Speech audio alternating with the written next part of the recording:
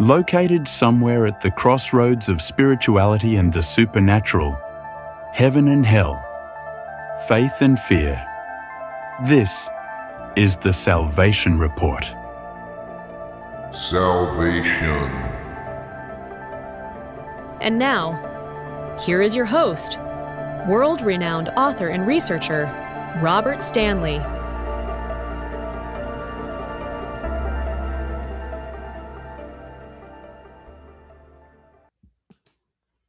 Greetings, everyone. Welcome to another Salvation Report. Today is March 24th. Hope you're doing well. I'm fine. The world is still a mess, unfortunately. And only God is going to fix that.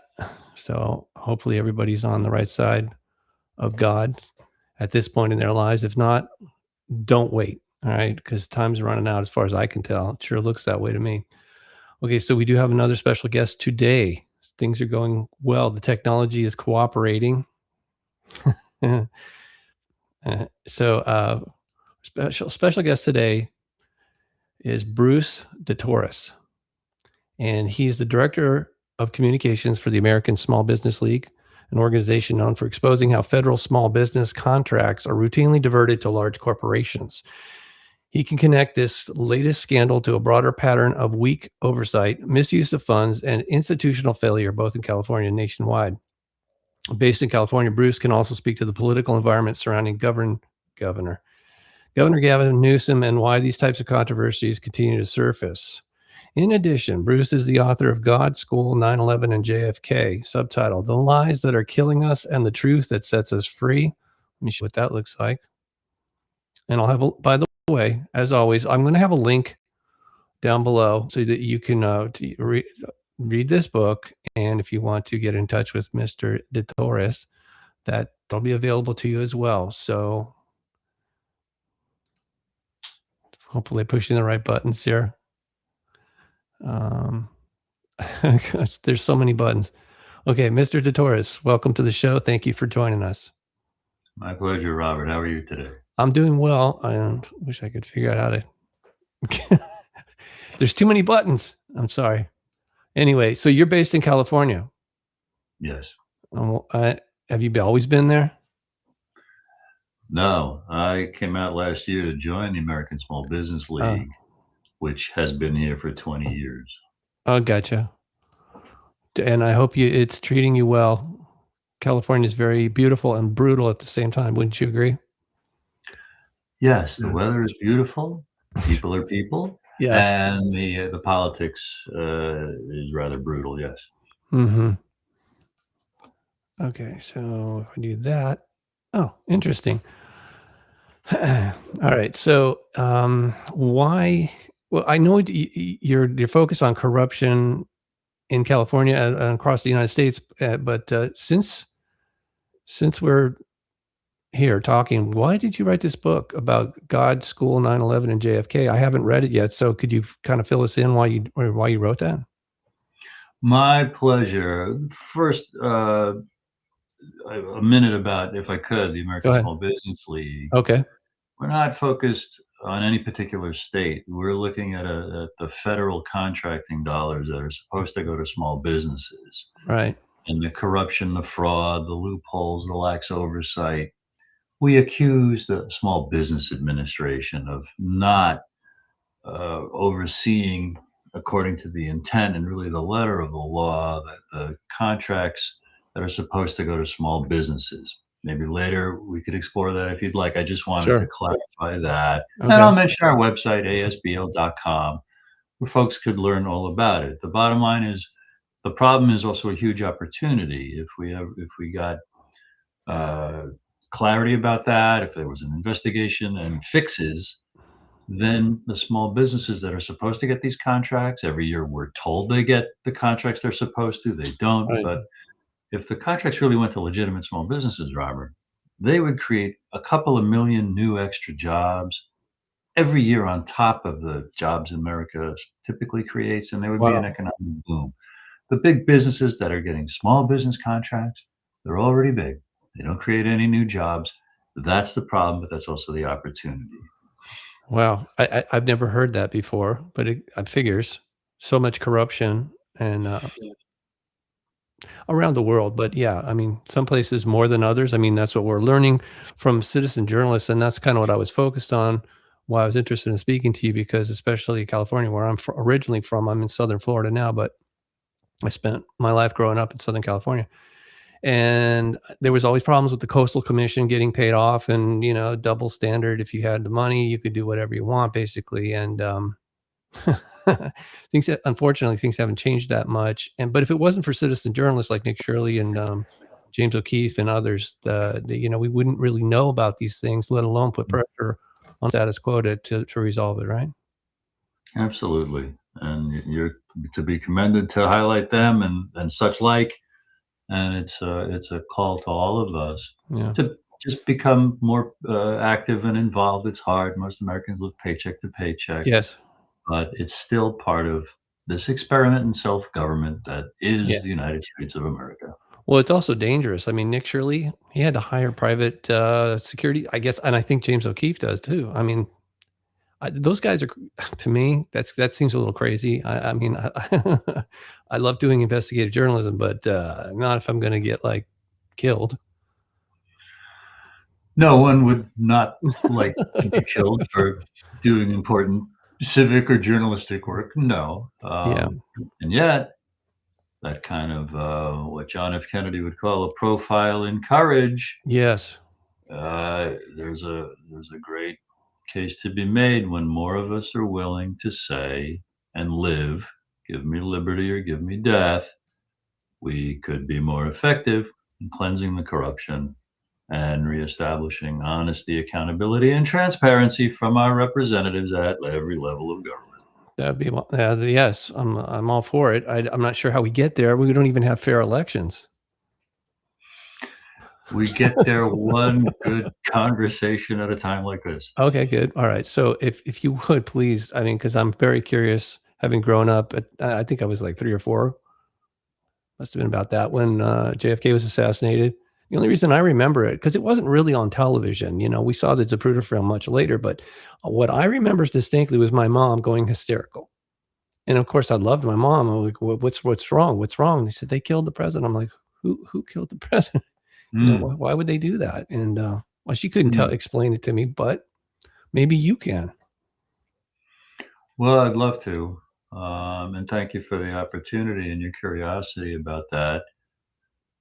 John F. Kennedy's assassination is a centerpiece in my book. Mhm. It really was the inspiration for me to write the book. I had for years been studying the lies that are killing us and very empowered by the truths I was finding. Mhm.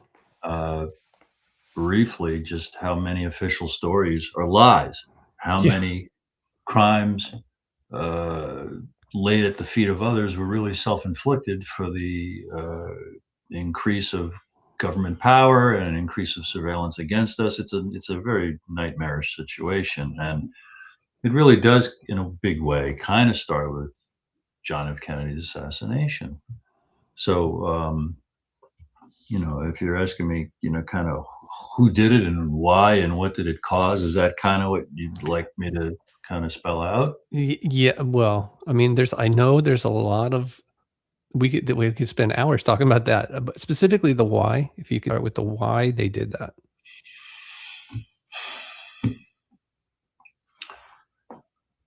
Two major things. It was to get him out of the way so that the military-industrial complex could go back to business as usual. After World War II and under Eisenhower in the 50s, big business and banking interests Yeah. used our government, the CIA and the military and the State Department to continue the work of the British Empire, which Okay. is to control the poorer nations and the poorer people of the world, to extract their resources in the colonial model of exploitation that we rebelled against in the American Revolution. Right. John F. Kennedy was an interruption to that, an idealistic American who had the courage to want to preserve, protect, and defend the Constitution per his oath of office and implement policies that would enrich the United States, enrich the world in partnership with the world, and calm down the Cold War and reduce the chance of war, which was poised to be nuclear and suicidal and world destroying. And he was taken out so that the empire could continue, and our military and intelligence revolutions of other countries. If ever there was an evil empire, we are among the top of the list. And that's why he was taken out. But the other huge function of his assassination was to psychologically, emotionally destroy us. It could have killed in many ways. It was a public execution Yeah. in broad daylight in front of hundreds of witnesses that was meant to, like I say, psychologically destroy us. And adults who were conscious at the time have consistently said over the decades, the country's never been the same. Yeah. And researchers and scholars of American history say, until we get right about all of the duplicity and crimes and corruptions inflicted on us by those who are supposed to work for us and protect us, but especially the murder of John F. Kennedy, we're not going to be right again in big ways. So I consider his assassination the mortal wound to America, and it led to our demise. From 1963 to 2001 was Act 3 of America, and which ended with the self-inflicted false flag attacks of 9/11. Muslims had nothing to do with it, as the excuse for not only the more wars to exploit and control and kill innocent poor people around the world and control their resources, but also to impose on us the USA Patriot Act and the Department of Homeland Security, Yeah. under which, Robert, our constitutional rights have basically been obliterated. Since we don't live under the Constitution anymore, we are not America. That's how I diagnose what's going on. If we're going to be America, we have to insist on our constitutional rights. And we are far from them, and we've got our work cut out for us. Yeah, I have to agree with that wholeheartedly, and it's very unfortunate that we even have to say this, because it's true, but it's so okay. In the subtitle here, the lies that are killing us and the truth that sets us free. I don't want to spoil your book, but can you give us an example of some truth that would you just said it, but this is the kind of thing that we really have to be honest with ourselves, because obviously our elected leaders are not telling the truth. Is that what you're trying to get at? That's exactly what I'm trying to get at. And I'm happy to describe in detail any and everything in my book. It's urgent. Yeah, it's urgent for everyone to get up to speed as quickly as possible, because here's an analogy I like. We're tied to the tracks and there's a train coming, but most of us are facing the wrong way. They don't see that. Oh, wow. So we who see that have to do two things. We have to chew the ropes. And we also have to convince people there's a train coming. That's conspiracy theory nonsense, Bruce. How many conversations, how many books can I recommend to convince people that the people who are claiming to protect us, our government, are really the ones hurting, sickening, and killing us? Yes. Unfortunately, you're right about that. And what popped into my mind was, no one's really ever been held accountable for JFK's assassination, because Oswald was assassinated. I believe Ruby was also assassinated in his cell. But those guys were low-level figures. They weren't really the ones that were orchestrating all this, right? No, they didn't orchestrate a thing. Okay. They were patsies and pawns pushed into position. And no one's been held accountable.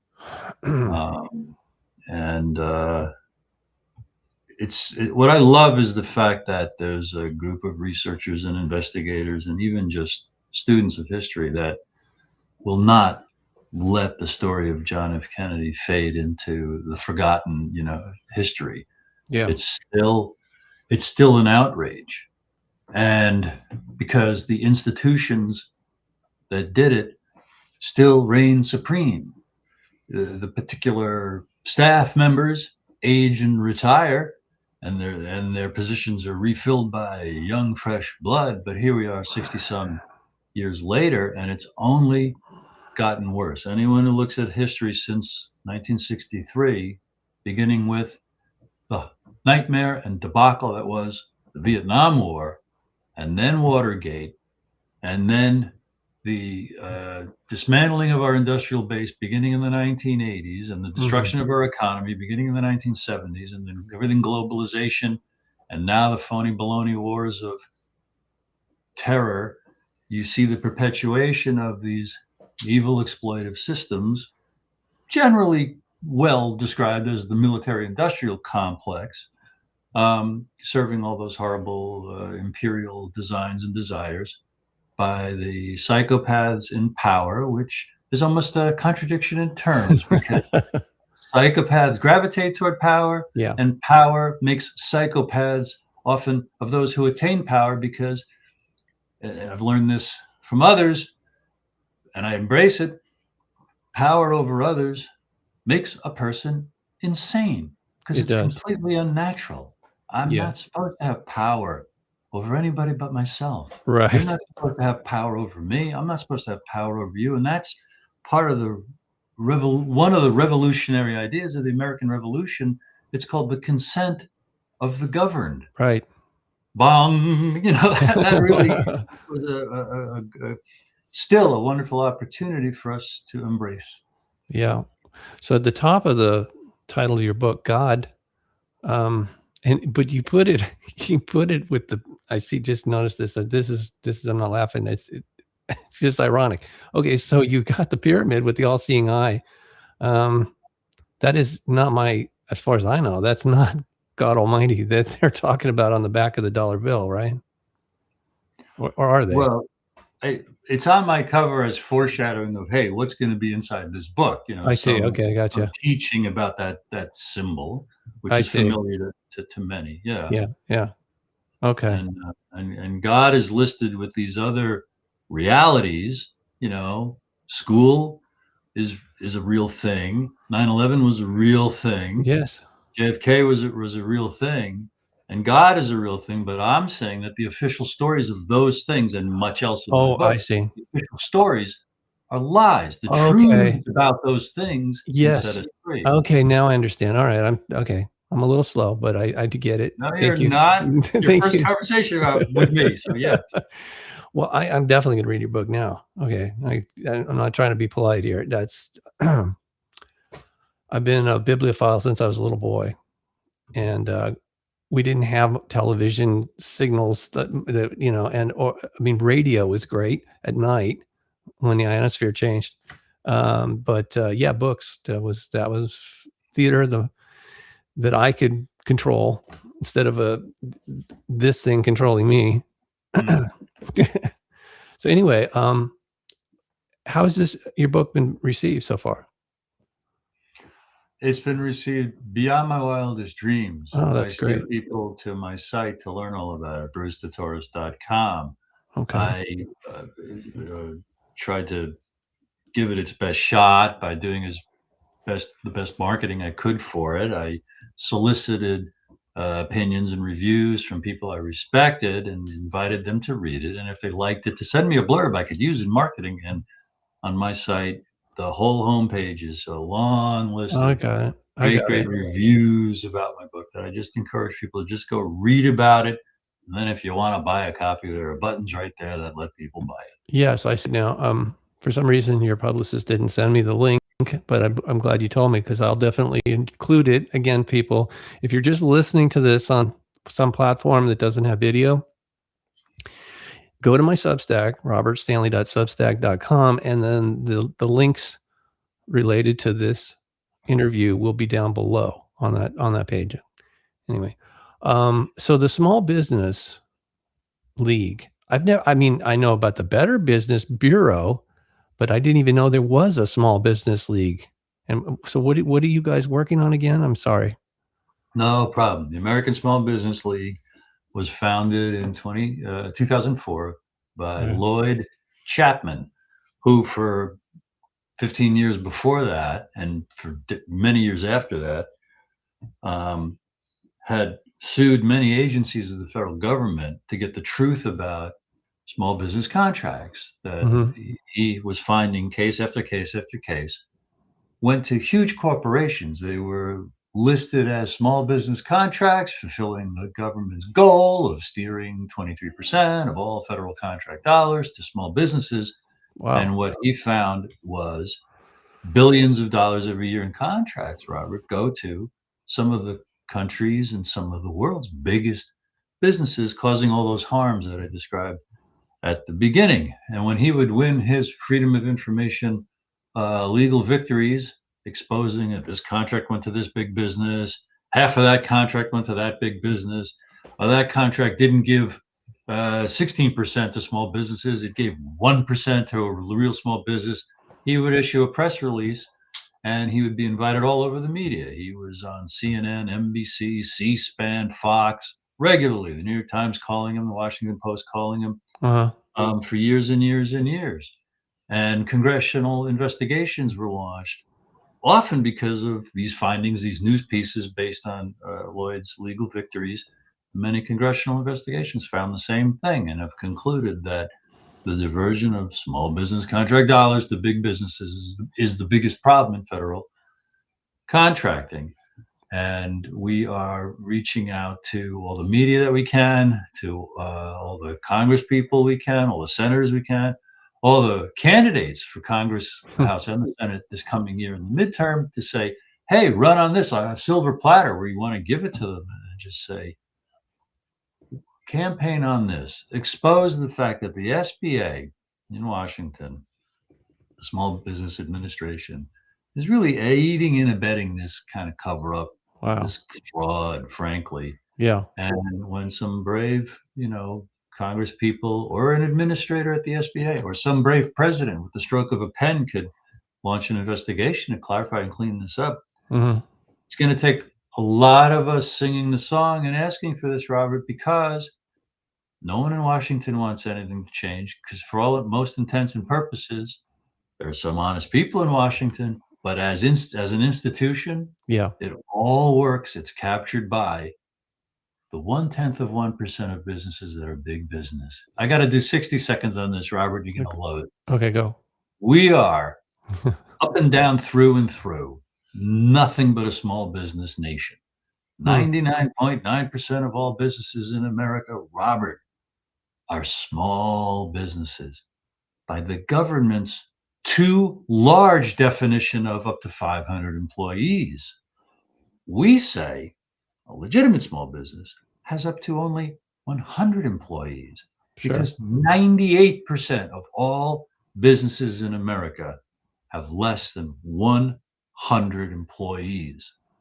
And yet the federal government does next to nothing for us. And it truly serves the 1/10 of 1% of businesses that are big businesses. When So you say how eager serve, are they to hear us? They're not eager to hear us at all.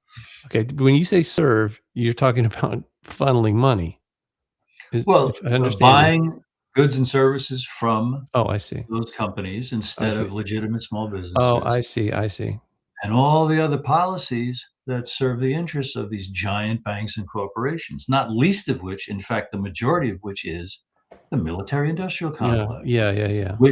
Which thrives by weapons manufacturing, selling weapons to all the countries of the world. The world is a dangerous place, primarily because the United States of America is the world's arms manufacturer, Yeah. and we create enemies in order to go attack them in order to keep the profit wheels churning. We attack Right. ourselves and blame innocent people as the enemy in order to justify that war Right. and further the surveillance and the control of the American people and limit our rights so that these wheels of this giant war industries can just keep rolling along generation after generation. Wow. I've never served in the military. I appreciate those who do, but I also know that they're basically serving under duress. They have the option of not following lawful, I think that it's called illegal orders, basically. Unlawful, that's the word I was looking for, unlawful orders. But if they do, they're going to get punished, right? I mean, Mhm. the weight of the government is going to come down hard on them. So Yeah. it's a conundrum, is all I'm trying to say. I'm an optimist eternally, but yeah, this is a huge issue. And again, I had no idea what you were saying about it kind of makes sense because there's so much fraud that we've especially with Doge was kind of just beginning to uncover it until people started, you know, people in government started freaking out saying, no, stop investigating our crimes. It's Right. not funny. No, but it's what we have to tell ourselves as adults, we can handle the truth, Ah, yeah, and to find ways to, work on these deadly problems with strength and maturity and even cheerfulness. really. It's not easy being a human, I have found, Yeah, and yet, you know, that's for sure. in conversation, we can fortify each other, and it can even become fun. Well, I mean, we're supposed to be one nation united under God, but it obviously that isn't the case. That we're one nation united under the District of Columbia, and it didn't start that way. I guess I mean, if you know, you must know your history. It wasn't. They didn't have jurisdiction outside of the district. That was states' rights was sovereign. But gradually over time they encroached, and you know, like you said, 9/11 was, I think, the coup de grace for states' rights in this nation. Do you agree or not? I I I agree that it's supposed to be this perpetual, dialogue and debate, balance of interest. It's supposed to be the checks and balances, and one of Yeah. the major ones is the delineation between federal and state powers. It's supposed to be a collaboration, Right. and it is far from the intent, yes, over many big changes over the last 250 years. Right. Um, 9/11 absolutely allowed the imposition of emergency powers and new laws, like mentioned before, the USA Patriot Act, that have buried our constitutional rights. Yeah. So it's as urgent as a heart attack. The house is on fire. When my book got approved to be published, my publisher said it can't come out until next year. Well, the year that it was under contract was 2020, the first year of COVID. Wow. I studied that and I got a new chapter into my book just in time called Uh-huh. COVID-19. Wow. And the false flag murder inflicted on the world and America by Americans in the name of COVID, specifically the vaccines, Yeah. which are nothing but a bioweapon. Right. It's a holocaust against humanity that makes everything else in the past look like rehearsal. Yes, it pales in comparison. And just to be transparent, that's the medical mafia murdered my father with that. Even though he was an older gentleman, it doesn't matter. It's not about that. By the third shot, he was having severe heart issues, and ultimately, anyway, he's just one of millions around the planet that were disposed of. Like, I mean, that's all I can say because it was just, yeah. Anyway, I don't want to get off on a tangent about that. It took me years to calm down after that because I already knew, being in this information business, it's not a secret. They couldn't keep something like that a secret. There's a provenance, there's a trail, an evidentiary trail of where this stuff was originated in the United States, transferred to, to China, who then released it. And like you said, just to be clear, it wasn't so much the virus as it was whatever witch's brew was in the shot, and each batch was slightly different. So, and and I think they still have. I don't know. Maybe it's changed, but they were granted immunity from prosecution How in the world? I tell you what, just between you and I, God doesn't grant immunity for murder. That just is they're fooling themselves if they yes, okay, you can cheat in the courts down here, but when you stand in front of God Almighty, no, there is no there's no excuse for it, in my opinion. No. And condolences for your father. Thank you. That was totally unnecessary. But And I don't take it personal. All right. It's part of their agenda. I know who they are. I've had to learn the hard way about them. And they go by different names. They have different groups, but it all centers on the same thing. They're adversarial towards God and all of us who are created in God's image. I'm sorry if I sound like I'm religious to you or others. Please just put that out of your mind. I'm using terms that most people call religious, but the bottom line is, just saying we wouldn't be here if it wasn't for God. God created everything, okay, and even the potential for us to do harm and to be evil. Clearly, He allowed that to happen, and it is happening. And I'm looking forward to the day when that is no longer permitted, and everybody who chooses to go down that path can be literally separated. We just, like they say, separating the wheat from the chaff. I can't stand it anymore, honestly. it's hard to find the words adequate for it without sounding trite, except to encourage you and me and everyone listening to learn enough about this particularly, okay, Yes, the assault on humanity that is and was the COVID vaccines, right, um, in order to protect yourself from it, from being fooled again by authority. right. And yet, um, it proves the point that I tried to make in my book, which is that our government and the institutions of power, the media, the corporations, doctors, medical schools, universities, cannot be trusted. They, by and large, completely serve anti-human, anti-life policies and an agenda to enslave us. And if we haven't already gone over catastrophic cliffs, we're speeding toward them. Yeah. And I want to mention a couple of resources real quick for anyone who's Okay. concerned about the vaccine now and yet wants to look into it. I would steer people to the work of Naomi Wolf, the books she's written Mhm. that document this, unfortunately, tragically, horribly, what Pfizer knew and when, the proven destruction to women's reproduction, to Yes. fertility, and humanity's ability to reproduce, has been severely crippled, if not destroyed. Right.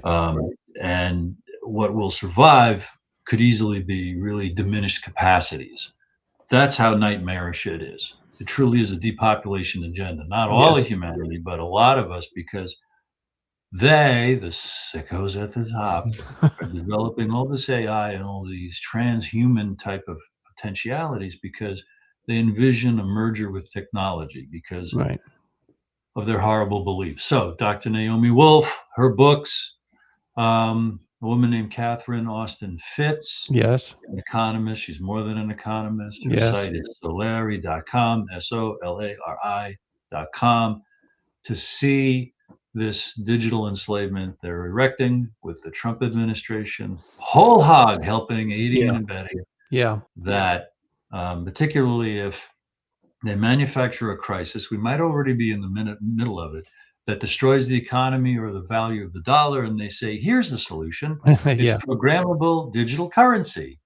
And then we will be in a hellscape a la George Orwell's 1984 and Aldous Huxley's Brave New World that'll make today look like the good old days.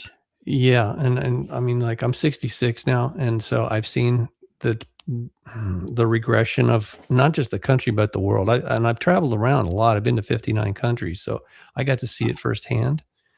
And it's beautiful. This is a beautiful planet, and most people are wonderful. But the institutions, like you said, the authorities are corrupt, and they seem to be very well coordinated, in my opinion. And I think people fool themselves into thinking, oh, nobody would ever be that evil. Well, guess what? History proves you wrong. I mean, it's just like, unfortunately, this it does repeat itself, but it has, they have agendas that we as normal human beings cannot conceive of. We don't wake up in the morning want to be mass murderers or things like that. So it seems incomprehensible to us, and yet it exists. So I know it's a huge issue, and I personally, I think a lot of people that I've met over the years feel intimidated, which I understand, and in that regard, almost like they call it cognitive dissonance. It's just like they kind of go neutral because they don't want to. They think if they don't deal with it somehow, it won't bother them, which is it's that's just not how things really. Unfortunately, that you can't do that. No, yeah, it is the challenge, I think, to overcome in America our powerlessness, which allows me to talk about the chapter in my book called School. I blame our Okay. powerlessness, Robert, in large degree to the public school experience. 90% of all Americans go through public school. Okay. And it's a crime against humanity to lock children inside a prison during their formative years. Okay. It prevents young people from, number one, satisfying curiosity, which is how we learn naturally. Right. Children seek to satisfy curiosity just like a bird seeks to fly or a fish seeks to swim. It's how it expands in its ability to be a bird or a fish or a human being, satisfying curiosity. So without freedom, we are crippling humanity and generations right there. The other insidious, horrible effect of school is that imprisonment in school during our formative years, Robert, prevents us from having experiences in freedom where we have to make decisions. By not making decisions, we don't come to ever trust our judgment. So I could make the same case that making decisions is how a human is a human and does humaning. Flying is how a bird birds, and swimming is how a fish fishes. Yeah. And making decisions is what makes a competent, independent adult in love with freedom, confident in his or her own powers. So we graduate terrified of one thing above all else, having to make a decision, Wow. having to trust our judgment, Right. which makes us ripe for the controllers who will steer us into these kind of jobs, these kind of industries, and seduce us to join the Army and the Navy, where you'll have exactly what you want.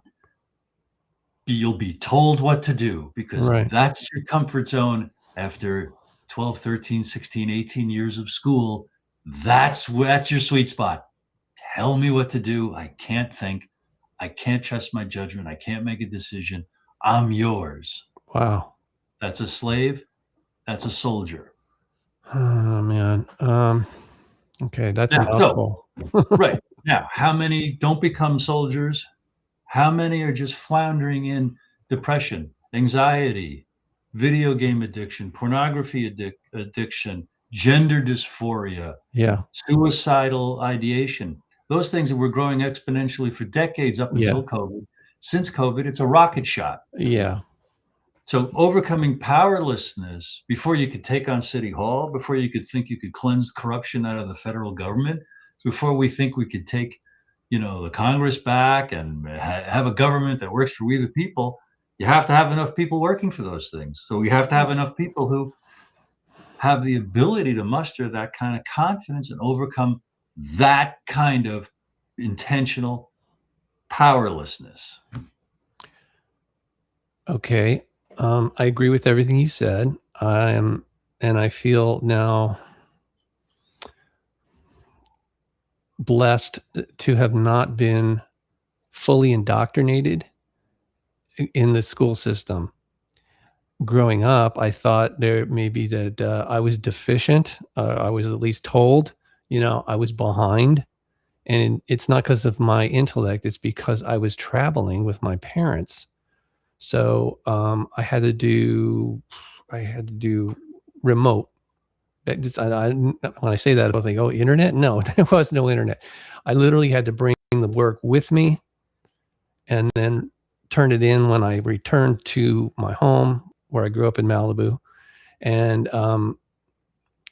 so, and it not only divorced me from the school system, but it started breaking down gradually, and exponentially. Eventually, I broke from my peer group. So I was double fortunate, even though it felt, I mean, people make you feel, some people can make you feel very out, like an outsider. If you don't conform, they'll cast you out of their clique. So I'm not complaining. Okay, I just want to say that over the years, what you just described is confirmation of what I experienced. Was I always knew I was different, but I couldn't quite articulate it the way you did.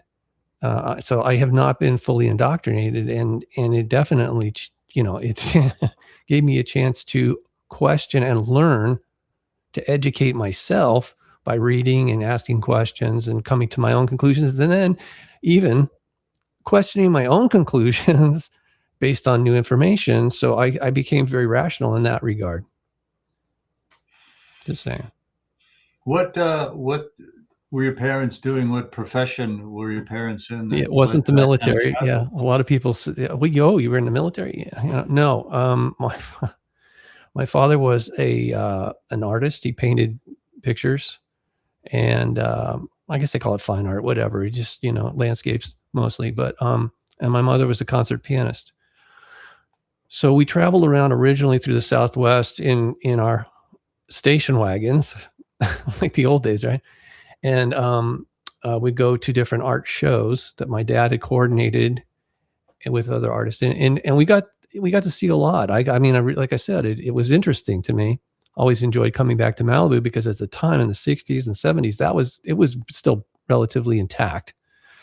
But then in the early 70s, my dad got a contract. He actually sold this idea to a cruise ship, one of the last American cruise ship line.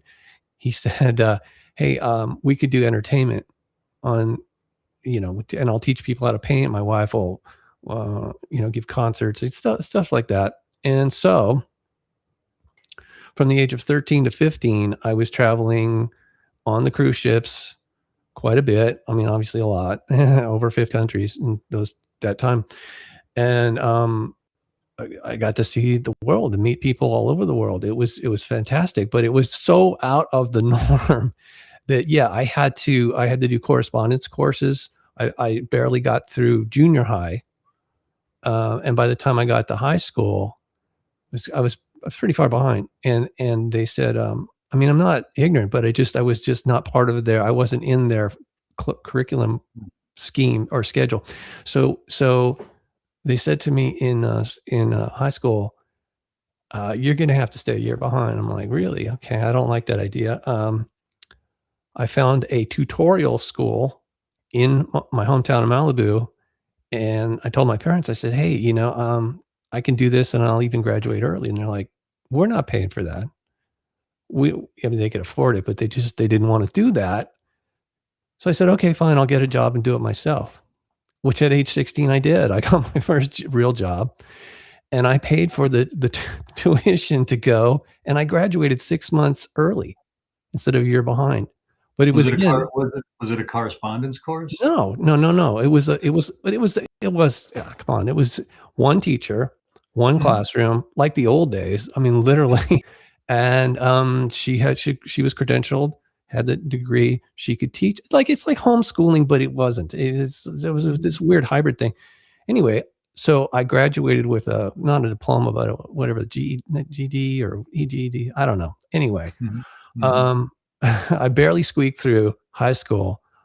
And by that point, I was so divorced from the indoctrination that I just, I couldn't fathom going to college or university. It just didn't, I didn't know what I wanted to be, but I knew I didn't want to be indoctrinated. Yeah, it's just odd how it all happened. Well, you dodged the problem of succeeding in a hierarchy through school and being led by the nose into, a corporate career. So Yeah. kudos to you. Oh, You thanks. the freedom of living real life with your parents, expose you to the joy of freedom and make it, finding your way through life, having the confidence to go forth and go out into life, which many students just can't imagine. They're terrified to do it anymore, and it's worse now because blah blah blah. Yeah, The yeah. type of experience, the quote unquote quality of education is deplorable. It's an abomination. It's cruel and unusual punishment. And dangerous. School grounds were not shooting galleries when I was a kid. I mean, yeah, they scared the bejesus out of us. They'd say, duck and cover. I Yeah. remember those. I was born in '61, so I remember in the 1960s. That's how we'll prevent harm from a nuclear bomb. Okay. Yeah, yeah. Wow. It's funny now. It wasn't then. It was very traumatizing. Oh, it's horrible, horrifying. Yeah.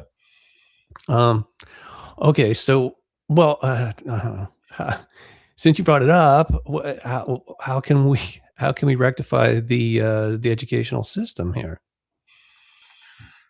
Is that possible? No, it is possible. Everything's possible, Okay. one must believe. Or I like to indulge the idea that Yeah. everything's possible. Why not? Yeah, Robert, as corny as this might sound, it all starts with that classic ancient advice, know thyself. Who and what are we? What are we? Right. Because our idea about who we are determines what is possible for us, or what we can imagine is possible for us, what we can imagine we might want, what might be appropriate, blah, blah, blah. So Yeah. know that who and what are we? And if we are divine, spiritual things with an eternal soul, that's what I contend. And I describe that in my book. Hmm. And I steer people to the literature where if you indulge that idea, if like me, you'll get a lot of empowerment from it. It doesn't have to be true. Robert, our ideas don't have to be true, but do they give us power? Do they make being you and me joyful and delightful? Do they help us love life? Do they help us love ourselves? Do our ideas help us love each other? Do Yeah. they help us love existence Yeah. and create solutions in collaboration? I want those ideas. Yeah. Then when we die, we'll find out what's true or not. You're right. That's then, but right here, right now, can we maximize the chance for love and happiness, please? Thank you. Amen. Yeah. So that's the first thing, is to figure your ass out. Who and what are you? All right. And then, if you indulge the idea that there's a party that's eternal, that is eternally safe, then you have the courage to go into the unknown, go outside your comfort zone. I just diagnosed the average American as having a very teeny tiny comfort zone, Yeah. which consists of going someplace where somebody else can tell you what to do. That's what you got used to in school, and that's what you get used to in a job, and that's Right. what you're happy with in the military. Yeah. Well, that's why there's so much depression and dissatisfaction and anxiety, and even homelessness is, to a large degree, the demonstration of people who've just given up. They just don't care. They don't want to figure it out. They're just running out the clock until they die. Wow. So Yeah, hopelessness is deadly. I found that out. I mean, fortunately, there was a divine intervention for me, but yeah, it almost took me out. have you written a book about that? Funny you should mention that. Okay, so you had to bring that up. Okay, let me see if I can do this correctly. Hang on. No, that's not it. Sorry. This is a great program if you know how to use it. I still learning. Okay, hold on. Image. And there it is. That is the memoir I'm working on. I've been working on this literally for decades. And so you said it correctly. Know yourself. Well, easier said than done as far as I'm concerned. At least that's my experience. I honestly didn't understand who I am or what I am until fairly recently. And like I said, I'm 66 now, but it was actually last year that my wife was diagnosed with cancer, and it turned my world upside down and inside out. But it gave me the opportunity, and this seems to be for a lot of people. We really don't come to God until we don't humble ourselves and want to have a relationship with Him on His terms. At least I didn't, until I was in a position where I just like, okay, I kind of run out of options here. I can't keep forcing the square peg in a round hole. I can't, obviously I can't control God. And, but I did have Him at arm's length. I'm like, okay, I know you're there, but you kind of scare me. And, I'm actually part of this, the fear that I've had is being judged, people saying you're crazy. Well, okay. I mean, there's a lot of crazy people on this planet, but I don't feel crazy. I mean, I don't do crazy things. It's just talking about these things. Sometimes people will make those judgments. All right. And especially as a young man, I'll just tell you, if you don't mind. I saved a boy's life when I was a security guard working out in Malibu. And as a result, I learned the hard way that people do get possessed by unclean or demonic spirits. And this boy was possessed and he was bleeding to death. And I intervened. I'm not a paramedic, but I was able to call them immediately because every second counts when you're bleeding out. And I was able to get them to come fast enough that they stabilized his condition, took him to the hospital, and he lived. But in the process, because I did that, I started whatever was attacking him, started attacking me, which I didn't know. I knew nothing about this. Okay. But I ended up, that's what motivated me I felt I had to do something to protect myself. I didn't know what it was, but I ended up going on top of a mountain that night, which just happened to be the fall. Is it not is it an equinox? I guess it is. Yeah. Equinox, fall equinox. And meditating on the top of that mountain all night. I stayed the whole night. I had an out of body experience at some point and came face to face with God. And that scared me. To be honest, it really did, because I just figured, wow, I'm losing my mind, But that was the furthest thing from the truth. Anyway, that's a long way of saying that's why it's been very difficult to write about my life, because I didn't fully understand it, and specifically the context of it all. It's really, I'm using myself as a way of describing the bigger conflict. Some people call it the war in heaven, but it's not out there. For us, it's right here, so I'm not complaining. I'm just trying to tell you that it's been one of the biggest challenges of my life, honestly, just to tell my story, because it does involve everybody. We're all involved in this conflict, whether we like it or not. And I personally don't like it. But there's no way out other than to have this relationship with God. And because otherwise, if you go the opposite direction, my understanding is you're never going to get another chance to reconnect. We will never have that chance again. This is, like, to me, the most important thing. That's why I call this show the Salvation Report. I'm not preaching, denominations, doctrines, and dogma. I don't do that. I'm just living a life where I've learned from experience, like you were saying. That's the most valuable thing, as far as I can tell, because I know that's real. I mean, it's the only reality I know. So I should say, I'm not saying I'm always right. I've had to learn. That was the other thing. So many times I tried to write this as a novel or something, because I'd figured nobody's going to believe some of the stuff that's happened to me. But anyway, I'm finally at that point where last year I finally just gave in, and God is good. I mean, I just and He does have a purpose for all of us, or He wouldn't have created us. that's the other thing I didn't quite understand was he knows the what they say, the end from the beginning. Don't ask me how. I mean, there's a lot of speculation about this, but he obviously knows the entire timeline. And so he's pretty calm about it. And I'm not, but I'm getting there. I'm learning because believe me, there's nothing more, nothing will get your attention more than a life and death situation. And so it was the boy in 1985, and then it was my wife in 2025, 4 years apart. I met God, but I just was like, okay, stay up in heaven or whatever.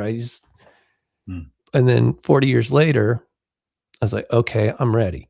So it was, I never even thought I'd be wearing a crucifix either. It's not, because I'm not religious, but, but I do love God, and I respect that he made a sacrifice on our behalf to give us an exit strategy.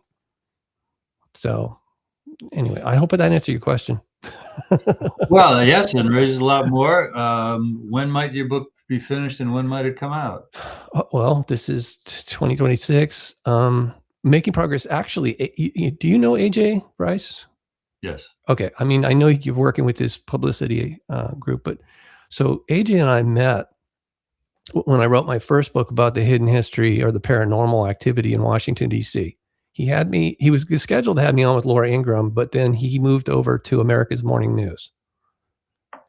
And so he brought me on for a segment, and I guess it got ratings, whatever. So he invited me for another segment. Ratings were there. So he offered me this gig to be, and I'm going to answer your question in a second, to be a weekly correspondent for America's Morning News. I was their extraterrestrial correspondent. We were having fun. Okay. It's like, life shouldn't be serious about everything. But anyway, I kind of lost track or touch with AJ after I did that for a year. And then I went off and doing my own show and other things. And recently, he contacted me. We were in touch, and I looked at what he's doing. I'm like, wow, that's amazing. So if I do publish with a publisher, it's going to be Post Hill Press, because AJ knows people. He works with them. They're collaborating. And that would be a first. My first two books actually are self-published through Amazon. So I'm hoping I'll have it done this year. He's given me some good pointers. I think AJ, I didn't realize he was such a good writer. Anybody can write. Not everybody can write well. And yes, I know that editors were involved, but that's true with every book that's halfway decent that goes to a publishing house. It has to be looked at by multiple eyes. Mm-hmm. So I'll be glad to send you a copy when it's out. If it doesn't if Post Hill Press doesn't pick it up, I know I could easily self-publish again on Amazon.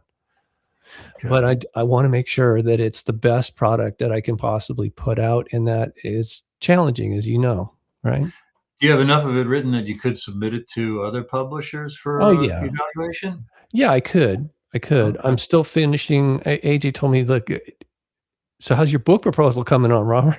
Like, oh yeah, I didn't even think of that. I mean, I was so busy working on chapters. Right.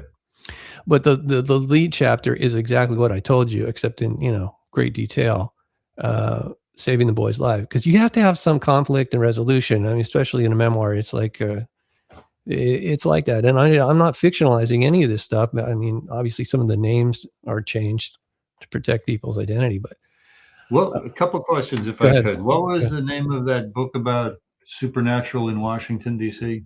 Oh, yeah, you can, okay, so you can download those as PDFs from my robertstanley.substack.com. The first article at the top, it's pinned, it's called "You Can Handle the Truth." All right. All right. But does it have a link to the book on Amazon? Oh, yeah, actually, right. It's called, hang on, I'm going to show you here since you bring it up.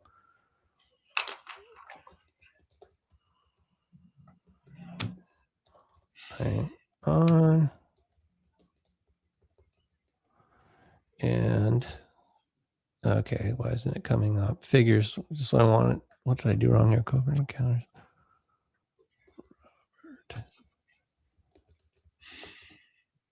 Ah, there we go.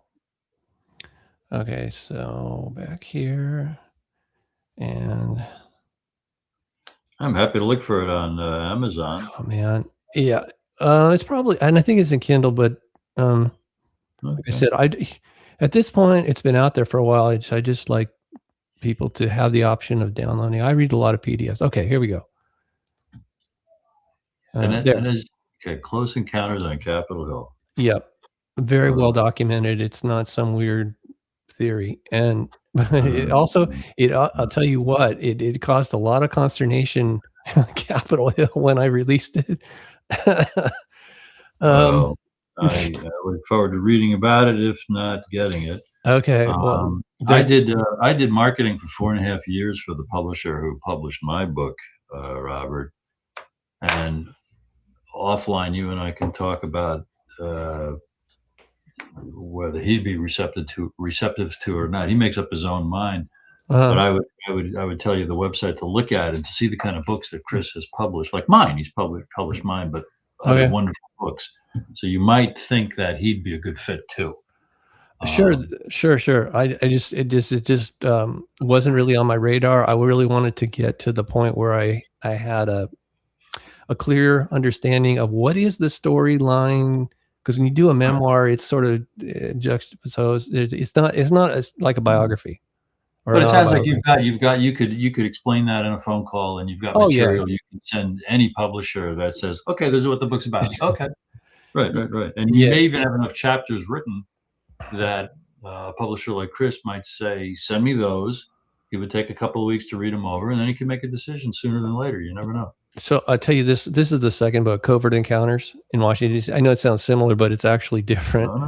And like I said, you can link to it or download it off of my Substack. That's kind as a PDF. I just really wanted people to. That said in Washington, D.C. Okay. Oh yeah, no, it's specifically the heart of. The other was Capitol Hill, but yeah, okay, yeah.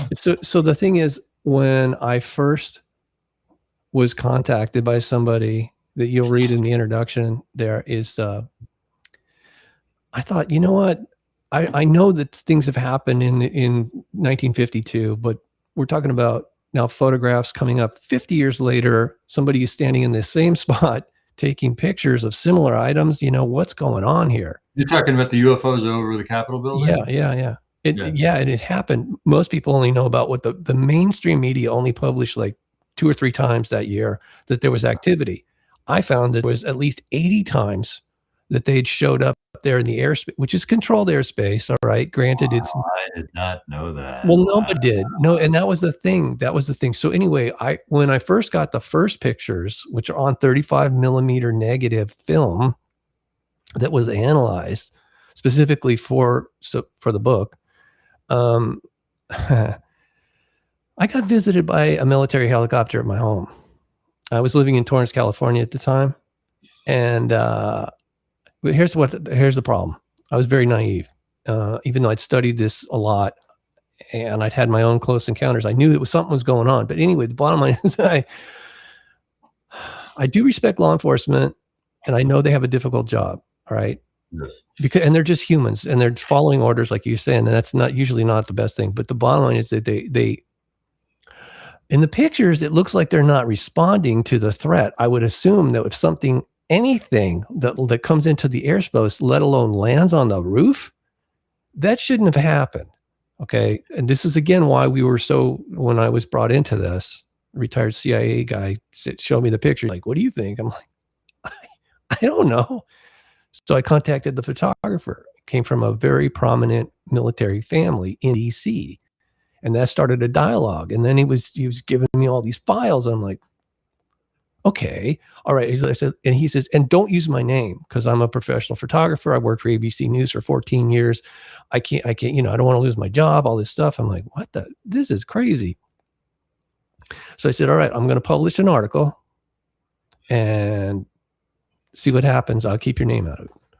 Well, before I did that, I contacted the Capitol Police.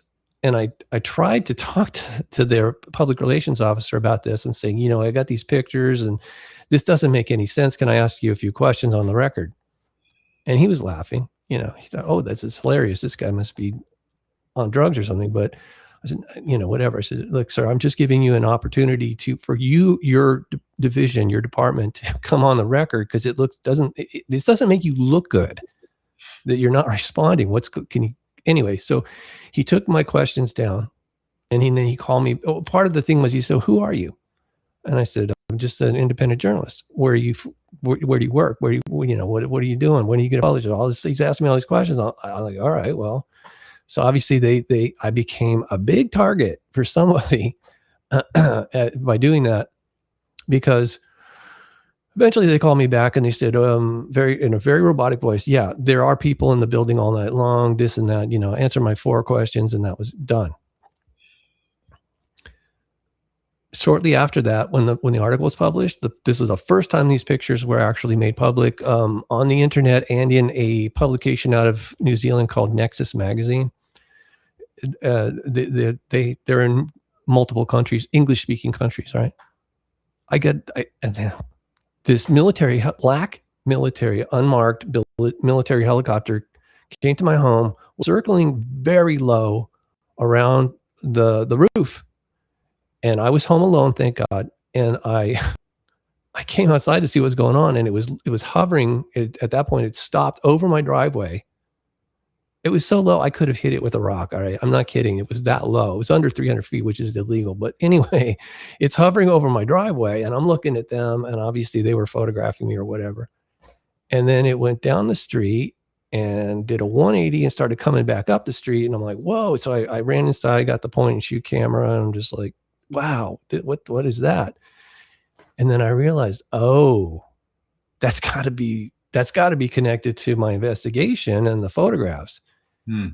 Which was a huge mistake on their part. If they had just let it go, I would have never published that first book. I wasn't planning. That's my long way of trying to tell you. I didn't plan on writing that book, but because look, I knew about 1952, and then here's this thing in 50 years later, and I'm like, wait a minute. If there's nothing going on there, why would they send a military helicopter to my house?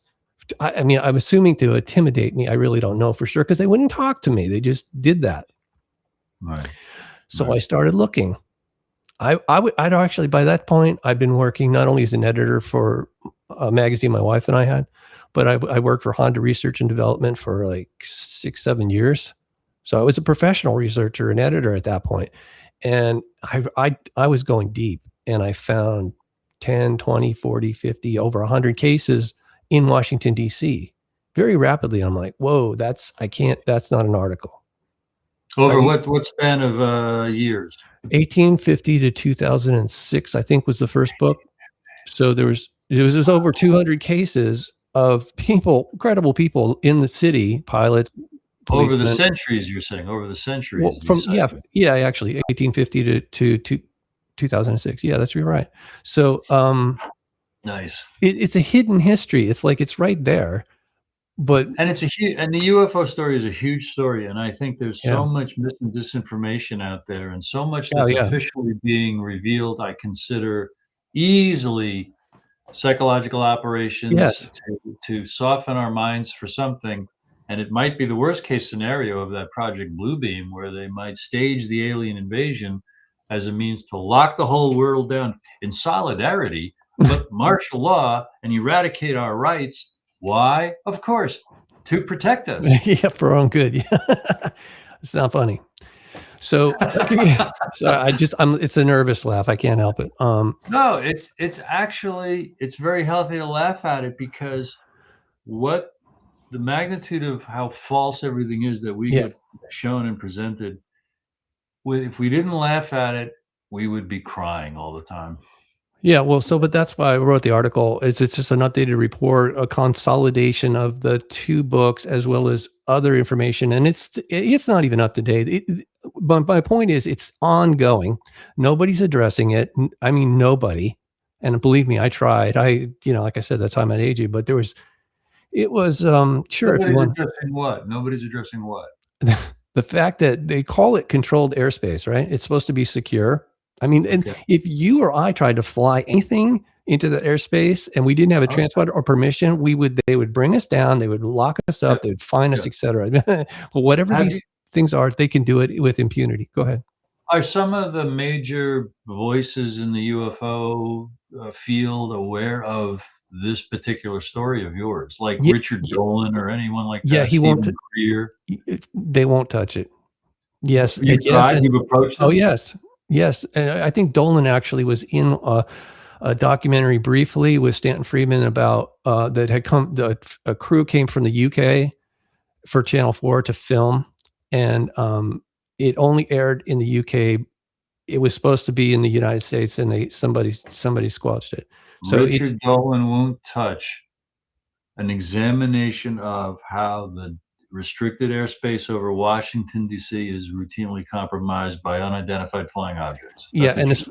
yes, and as far as Rich, what was it? Stephen Stephen Greer. Greer. Yeah, he had made a statement during one of his many interviews that he thought thousands of cases that he apparently had on file of UFOs being seen in Washington D.C. airspace. So I contacted him and I said, "Would you please share it?" And he goes, "Well, how much can you pay me?" And I'm like, um, "How about zero? You know, because I'm not doing this to get rich." How about I pay you in love of the truth, you know? It's okay, but it's okay because here's why the second book came because I went on Coast to Coast for the first time. Coast to Coast AM, George Right, Norrie, yep, big deal. yep. Reached a lot of people, and for the first time, that's like the only large media outlet that actually carried a long form conversation about it. Plus, and that was 2000. Yeah, that was short. Yeah, it was late 2006. It was shortly after the book had been released, and they were Right. nice enough to bring me on. And now they put up some pictures on their website, and I had mine, obviously. And afterwards, I was getting a bunch of emails, people saying, "Robert, the photographs on your website are gone." I mean, what do you mean? And I said, I looked, and I'm like, whoa, that's weird. You know, just boxes with X's in them. So I was my own webmaster. I just tried to, oh, FTP, go. No, what's going on? I couldn't even access the server. So I called the next morning to the hosting company. I said, "Hey, I can't get into the server. What's going on?" And they're going, "Well, I don't know. Let's take a look." And then somebody talked to somebody else. They're like, "Wait, we've never seen this before. We can't access our own server where you've got your website. Somebody's locked us out." What year was that interference? 2006. Thank So you. I found out who did it. A company in Hurd in Virginia that is, I don't want to say their name, but they're famous for being like Russian guys that working with 3-letter agencies. And so it was really Wow. obvious to me. Yes. And it's a software company that they put the back door in there. That's actually not a theory. That's a fact. I got a sidebar for you, Robert. Okay, go ahead. You'll appreciate it. For the first 10 years or so of the American Small Business League, Lloyd Chapman got all that great press coverage and interest, and he was really rising in prominence. And then he turned a corner. He thinks he knows what he said on Fox News one night that was disparaging about President Obama and his failure to follow through on promises for small businesses. And the next day, I wasn't with them, but our phone stopped ringing and people stopped returning, emails and calls. And Lloyd investigated it, and he found out from his investigators that a large worldwide reputation management company has put the kibosh, the squash on Lloyd's communications. And we've been struggling to be seen and heard ever since. It's like an order came down from on high. Wow. Ignore this Lloyd Chapman and to mess around and interfere with our communications. So your internet, your website hosting service story reminded me of that. Well, that was a minor deal, but it got me thinking again. It's like that was strike two. It's like, what if you guys? Right. I mean, come on. If there's nothing, if you say there's no threat to national security and don't worry about it, then why are you acting like so you're so worried that I would have? Are you implying that there's something fishy about Richard Dolan's reluctance to examine this particular story? He's not alone. Okay, believe me, he's not alone. I don't know But anything about it. for all his apparent open-heartedness and open-mindedness, exploring Yeah. apparently almost any aspect of the UFO story, he won't pick this up. No, and there's also Stephen Bassett, the guy, the lawyer that's have all these conferences at the press club in DC. He also knows about it, and there's a list of people. I don't think most people don't even know who we're talking about, but I do, and God does too. Believe me, it's not even lying; it's censorship, and it's by omission. It's just like they figure if they can ignore it. And here's the thing: back in the 50s, the CIA did something called the Robertson Panel, and they kept all these scientists that work for the CIA said, well, the UFOs don't appear to be an overt threat to our military, but the public perception could be a threat to national security. So we need to control that. And that's where all this disinfo, dissuasion stuff, that for the longest time. Yes, but even that evidence and that interpretation of it is suspect, because if it comes from an official source, et cetera, exactly.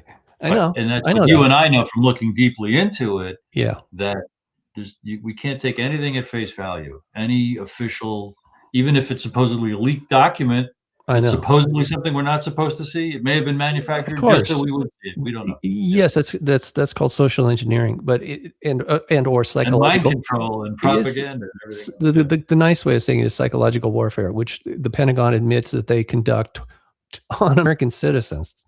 Okay, so but and this is what I guess this is what I'm trying to tell you. This is long story short.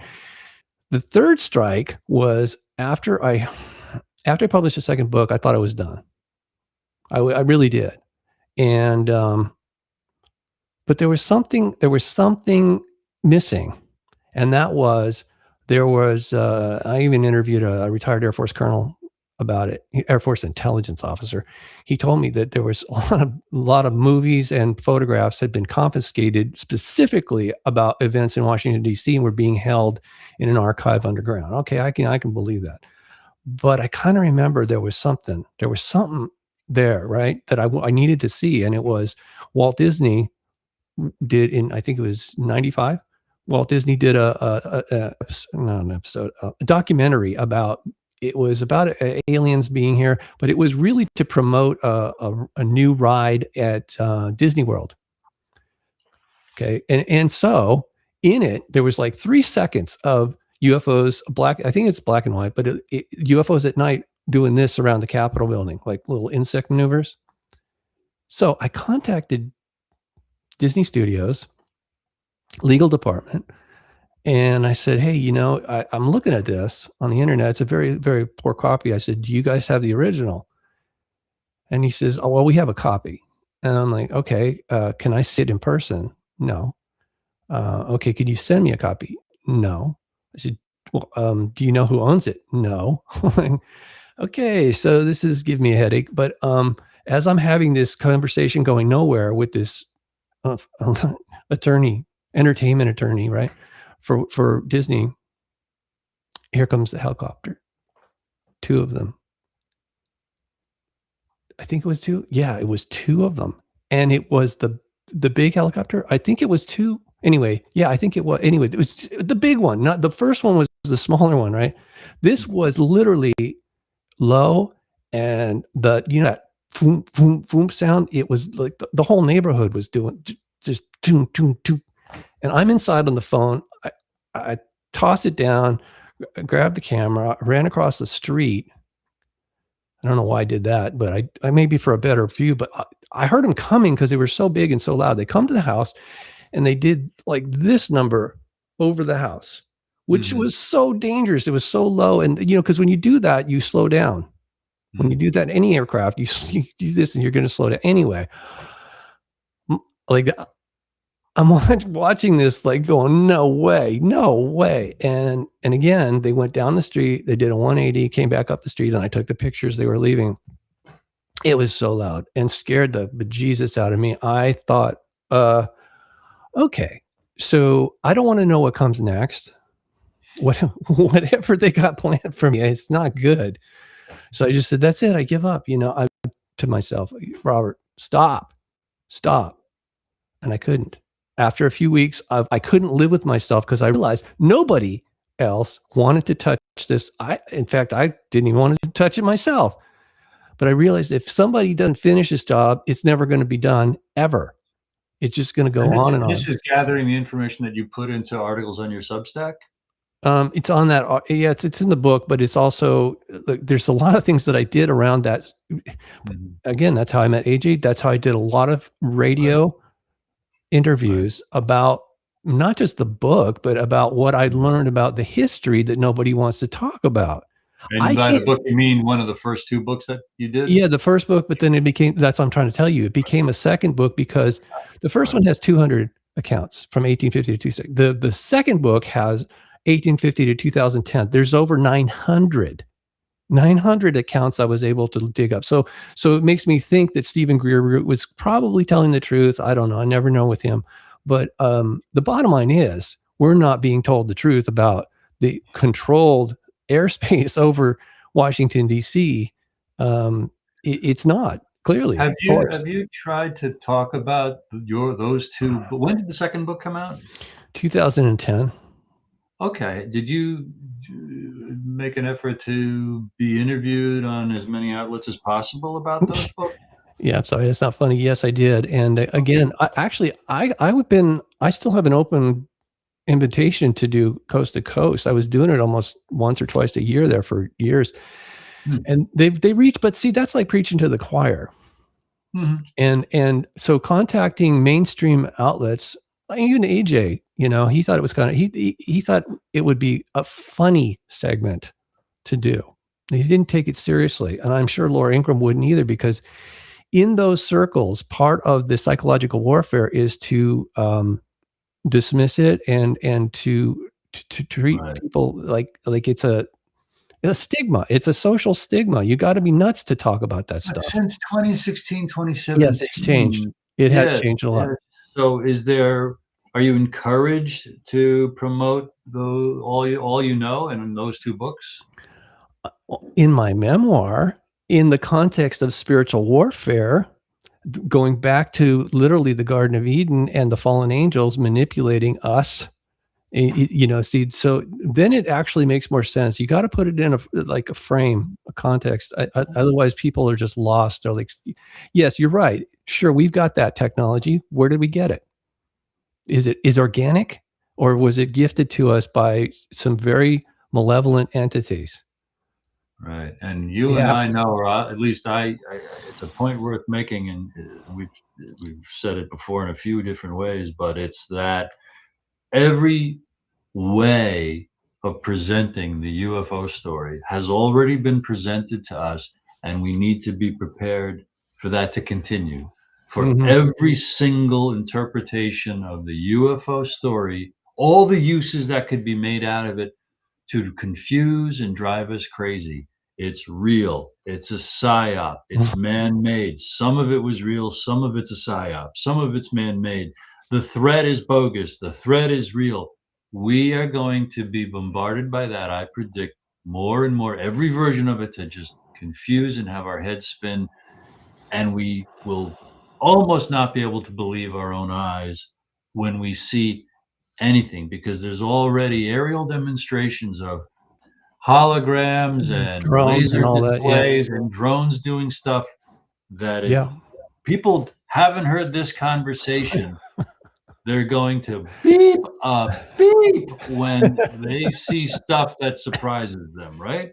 Yeah, well, again, I saw that as a young man up close, personal, and it's very life altering, because it's like this giant question mark is sort of taunting you, like, guess what I am? I'm like, I don't know, I don't even know who you are, but it's clear, especially when I was working for Honda, when we were talking about advanced technologies that come in the future, they already have that stuff. They do. They just don't. They don't want to introduce it yet, for whatever reason, and I'm sure there's more than one. But and anyway, to substantiate that for anyone who's hearing that for the first time and can't wrap their mind around it, what you just said, Robert, is in the context of an unaccounted 34, 37, 39. I've seen up to an unaccounted $121 trillion from the federal government over the last 30, 40 years. Yeah. So whatever fraction of that is actually unaccounted for, what kind of technology has been developed? Oh, yeah. What kind of technology is already being experimented on us? I mean, literally, I know many people, and myself included, who have thought about something that I've never thought of before, and within hours, it's an ad on Facebook. It's a post, it's a meme on Facebook Yeah. that I've never, ever seen before. Have you heard those kind of stories, Yes, of Robert? course. Sure, it happened to me. Okay. Sure. Yeah, they're Okay. listening to everything we do. And I mean, look, the internet, we're using DARPA's technology. The Defense Department put this together for surveillance and also for censorship and manipulation of society. And then the digital addiction, digital capture, digital entrapment, and slavery. That it is already. Yes. So anyway, kind of bring it back a little bit to the original intent. This is interesting. The original intent. Nick Shirley was on Fox News recently, and he said that it's the 170 million that he's seen so far in fraud. He said it's probably billions, like you saw in was it Minnesota, Minneapolis, whatever. It's obviously systemic, and there's again, where did all that money go? It's a good question, right?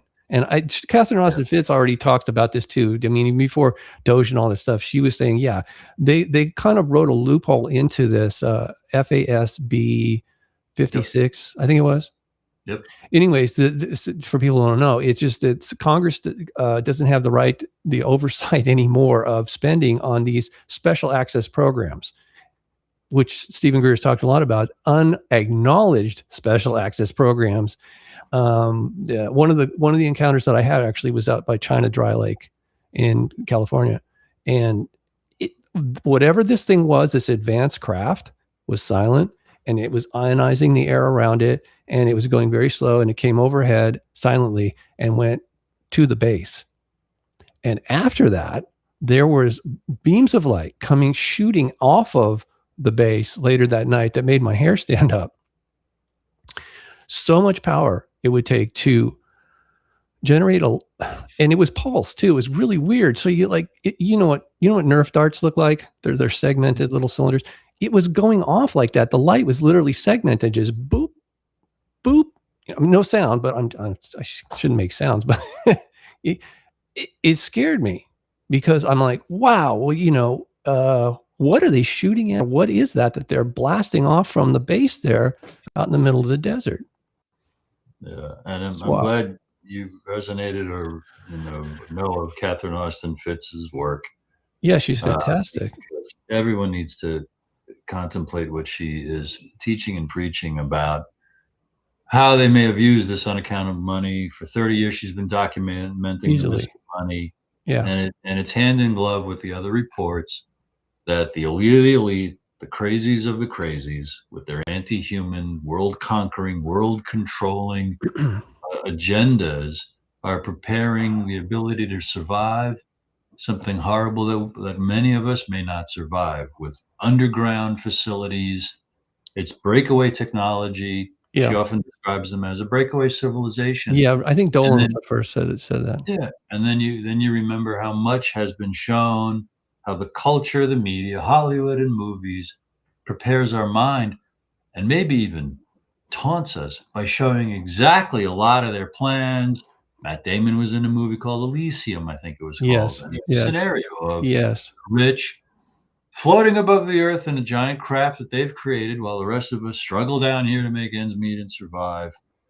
So being forewarned is being forearmed, so that no matter what happens, if we can, reach out to others who are aware of these things, or find others who are willing to listen and learn, the solace is in this kind of camaraderie and this kind of friendship and this kind of communion with like-minded souls like you and I, who love life, love the truth, want to know the truth, and want to find a way to stay sane and happy through it all.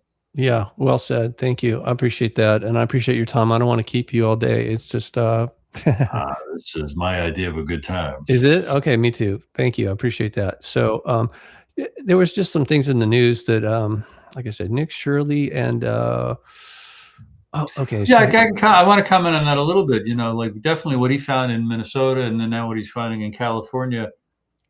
The horror that it is, and then when you read all the books that are out there about how corrupt everything is, the horror is that it's corrupt through and through. And literally, it's systemic. every day that they don't intentionally collapse the system, or that the system doesn't collapse by its own corruption, Yeah, is a good day. I true. jokingly say, but I've been saying it for years.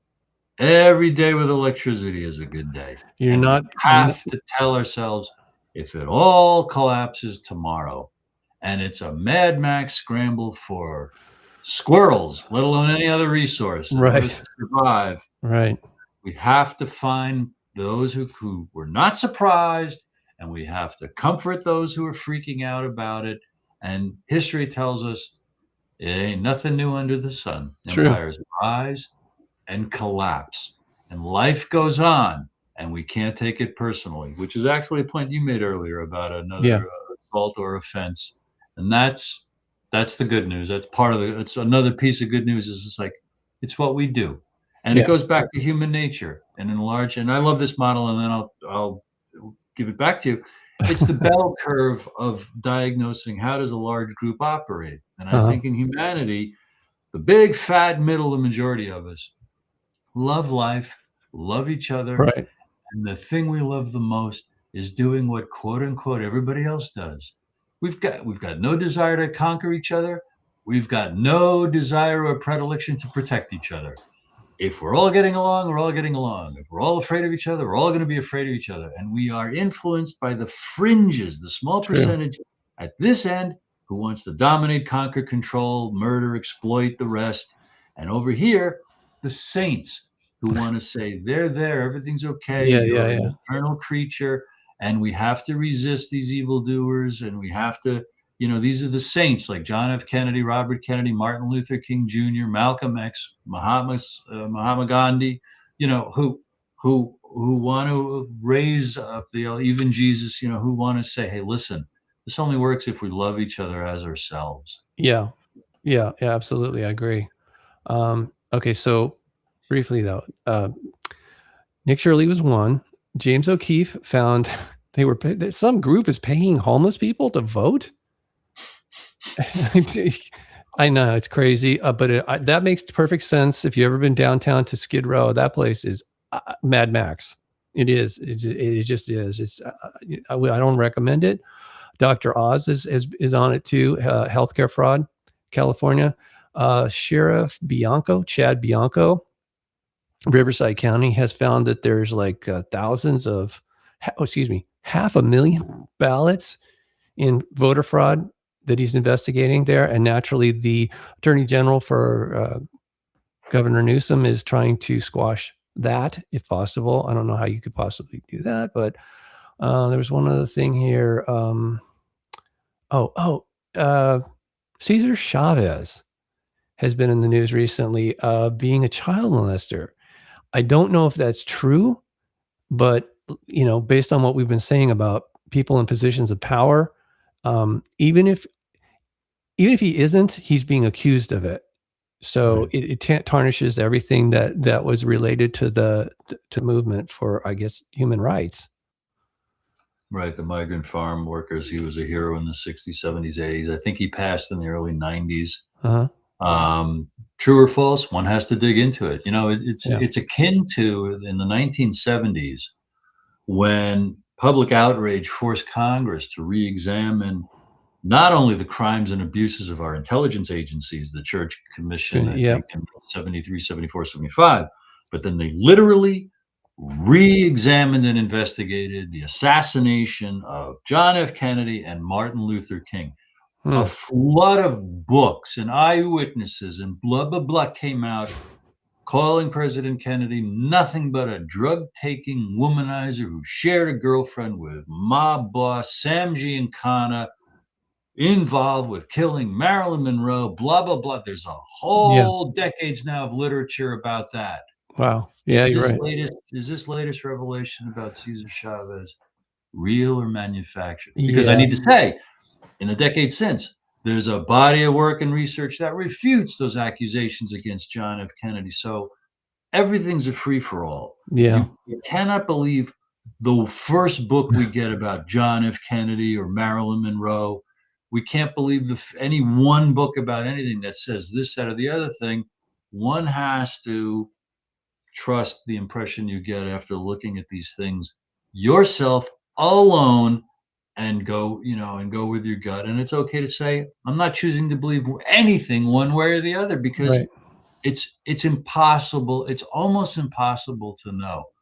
And where's the hope in that, Robert? It comes down to, what do we know for certain? One and one thing only: I am here. True. Okay. Yeah, wherever that is. Now, in this moment, with you, having this conversation. True. And I'm crystal clear on what my intention is.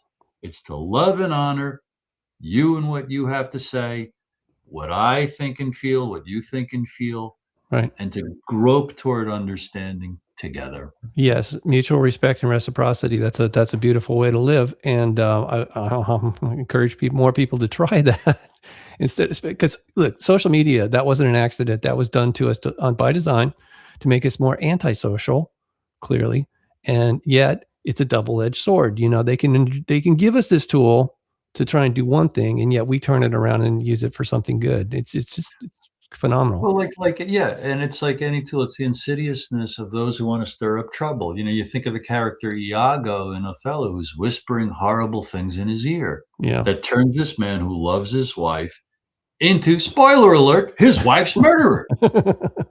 Yeah. Right? We would all get along if we were left on our own devices. People do get along. Yeah, a bunch of people in a field with a ball will invent a game to play, and everyone will play by the rules. It'll be fair and fun until one son of a gun starts a malicious whispering campaign saying, you know what he said about you, and you know what he said about you, and you know what he said about you, and all of a sudden the game turns into a battle. Right. Yeah, divide and conquer. That seems to work really well. Still, you'd think we would have figured that out by now, but actually, that's the biggest challenge of all for all of us, not just me. But how do we unite? What banner? Is there a banner, or are we just like let live and let live? Maybe that's the way to go. Is that a slogan you can use, or a party? I think we actually, what you addressed is, people are only programmed to respond to authority figures and or institutions. So therefore, a grassroots unification movement. That's a tall order. Yeah. And so is, like, I think for Americans, it goes back to the things I've said before. We both have said before. It's it's the powerlessness that lets us indulge fear and then follow quote unquote authority. And that's why the educated class were the first to sign up in large amounts, roll up their sleeves, and take this poisonous injection, because they've been well schooled their whole lives. They've been well rewarded their whole lives from doing what they're told and doing what institutions of power, and now they work for the institutions of power. And it's the doctors and the nurses and the bureaucrats and insurance companies who are among the first and worst victims when they can't see that the institution, they can't admit that they work for institutions that have been co-opted for evil purposes. Wow. Yeah, that's a bitter pill. And when my dad was living in England at the time, and there was literally teams of people, I think they were doing it here in America, certain cities, but there was teams of people knocking on doors and saying, have you taken your shots yet, for the good of the country, pressuring them, making them feel like that they were criminals or something if they didn't cooperate. It's horrifying. It's hard. It's, you can imagine that in Nazi Germany, the door to door. You know any Jews? Are you keeping any Jews here? Just checking. Thank you. Got to go. It's horrifying. Yeah, actually, I was expecting that. The COVID police, I was expecting them when I was living in California at the time. that they were going to come up and they were threatening to do that. Exactly what you just said. Where's your papers, please? You know? Yes, and that happened on beaches, and Right. they lightened the load. They reduced the rains for the last few years, but there's a lot of indications it's around the corner for the next emergency. Is it Oh, going to God. be in the name of saving energy? If this war Something. continues to disrupt economies, will it be in the next baloney fake Pandemic. pandemic that Yeah. they want to impose on us? Yeah. I just read about that These yesterday. The WHO is trying to complete their agenda of vaccine passports and full medical records that you would carry around digitally is what they're and pushing for. Yep, and all they have to do is scare enough of us, Yeah, make exactly. enough of the masses think, well, we have to do that to protect us and be safe. Yeah. Good night, nurse. Okay, we gotta end this on something positive, please. Um, let's see. What can I do here? Well, Hang on. I I would submit just the joy of having a conversation like this. Well, You know, also, nothing more y- positive. I think it's we should encourage people to read good books, and I believe Oh, talking to nice. you that this is a book worth reading. This is a good book from a good person that will help us see the good in others. So that may sound redundant, but it's true, and the truth will set us free.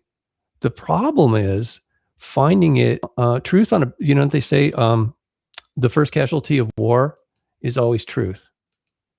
Yeah. So that to me would probably explain why it's so difficult to get to the truth. We're in the fog of war.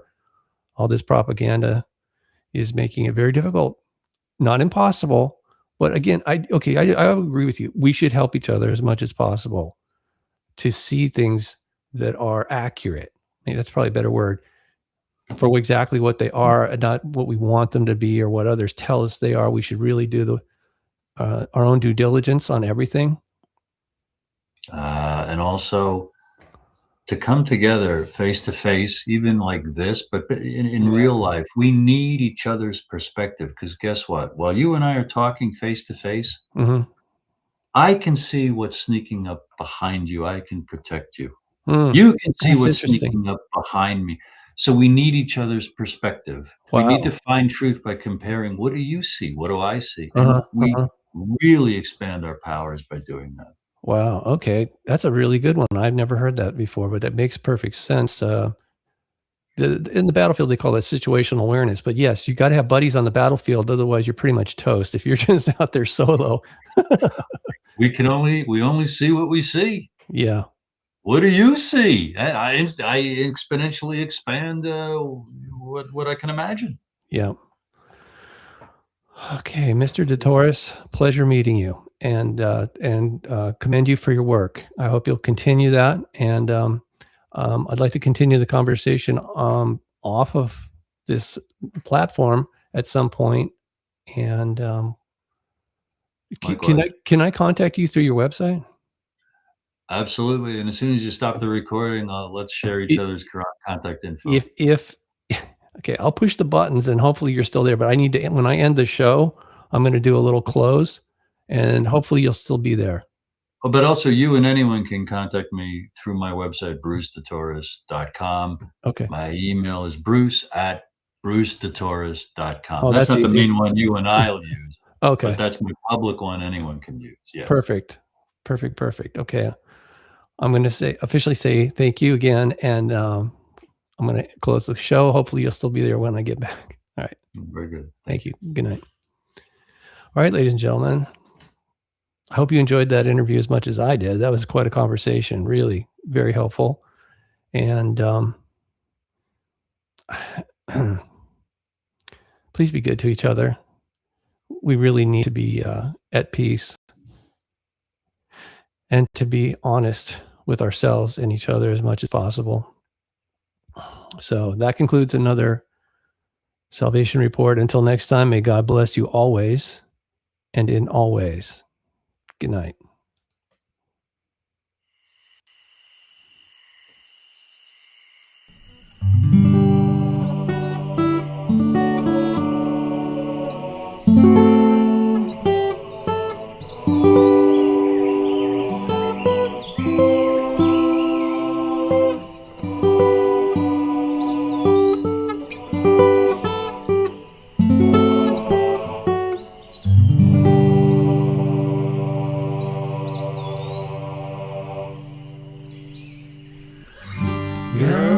bless America, land that I love. Stand beside her and guide her through the night with a light up above. From the mountains to the prairies, to the oceans white with foam. God bless America, my home, sweet home. God bless America, my home, sweet home.